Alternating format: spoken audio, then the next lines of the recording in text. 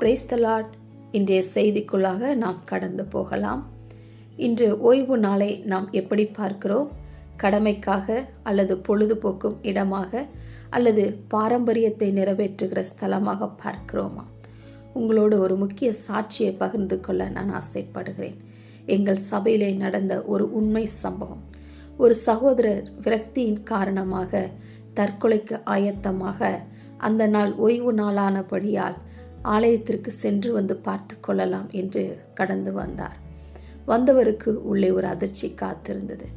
கர்த்தருடைய வார்த்தை சபையிலே வெளிப்பட்டு கொண்டிருந்தது.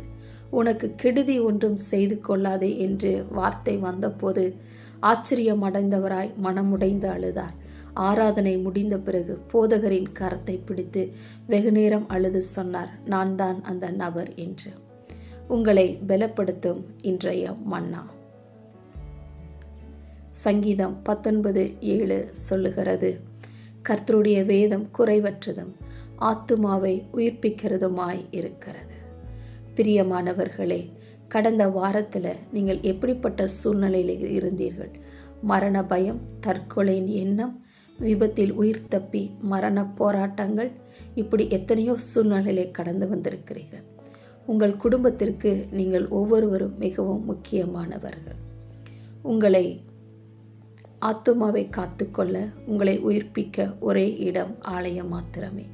இன்றைக்கு ஆலயத்திற்கு செல்ல மறக்காதீர்கள். கர்த்தர் உங்களோடு பேச காத்திருக்கிறார்.